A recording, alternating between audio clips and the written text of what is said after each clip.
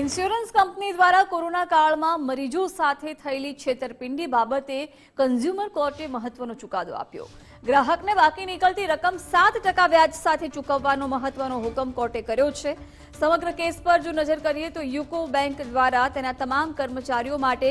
Mediclaim group insurance policy લેવામાં આવી હતી, પરંતુ કોરોના વખતે એમ્પ્લોયી રખડી પડ્યા હતા, કારણ કે જ્યારે તેમને સારવાર આપવા માટે તેઓ હોસ્પિટલમાં દાખલ થયા ત્યારે તેમને 7 લાખની પોલિસીમાં રૂમ રેન્ટ તરીકે 7,000 રૂપિયા મળે તેવો ઉલ્લેખ કર્યો હતો, પરંતુ તે વખતે એએમસી અને આહાના દ્વારા 19,000 રૂપિયા રૂમ રેન્ટ લેવાની જાહેરાત કરવામાં આવી હતી।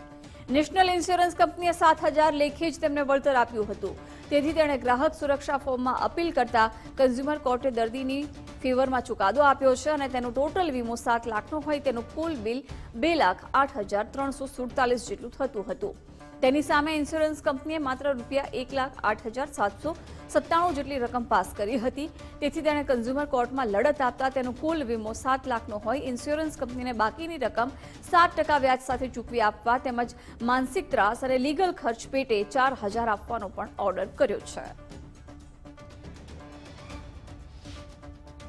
અમારી પાસે આયા છે એક મેટર એવી જો યુકો બેંકની ગ્રુપ પોલિસી લીધેલ હતા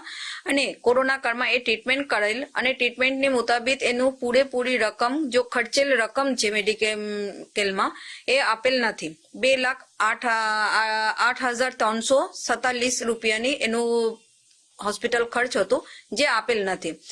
જેથી અધૂરા રકમ આપતા એ લોકપાલમાં ગયા, પણ લોકપાલમાં પણ એને પૂરેપૂરી ન્યાય મળેલ નથી, જેથી અસંતુષ્ટ થઈને એ અમારી પાસે આવ્યા અને કન્ઝ્યુમર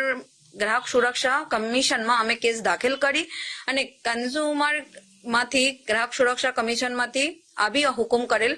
એનું જો રકમ છે બાકી રહેતી રકમ 55,000 એ 7% વ્યાજ સાથે કેસ કરેલ તારીખથી એને ચૂકવવો પડશે અને લીગલ ખર્ચ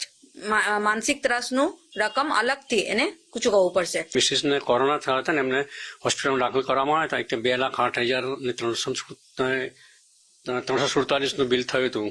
અને એ ત્યાર પછી મેં કેશલેસ હતું ને એટલે મેં ક્લેમ મોકલી આપ્યો કંપનીની પર, તો કંપની એમાંથી મને ફક્ત 1,08,797 રૂપિયા ચૂકવ્યા અને બાકીના જે 99,550 રૂપિયા મને આપ્યા નહીં। એ માટે પછી હું લોકપાલમાં ગયો અને લોકપાલે બી એમાંથી ફક્ત મને 40,000 ચૂકવ્યા અને એ લોકપાલમાં 2022માં ગયો પછી અને પછી હું ત્યાં પછી સુચિત્રાબેન પોલ એડવોકેટ છે મેં એમને મળ્યો અને એમણે મારો કેસ હેન્ડલ કરી અને ગ્રાહક સુરક્ષામાં કોર્ટની અંદર મૂક્યો કેસ મારો અને ત્યાંથી મને જજમેન્ટ મળ્યું। મારા પૈસા બધા પૂરેપૂરા એમણે 7% વ્યાજ સાથે જ્યારથી કેસ દાખલ થયો છે ત્યારથી અપાયા।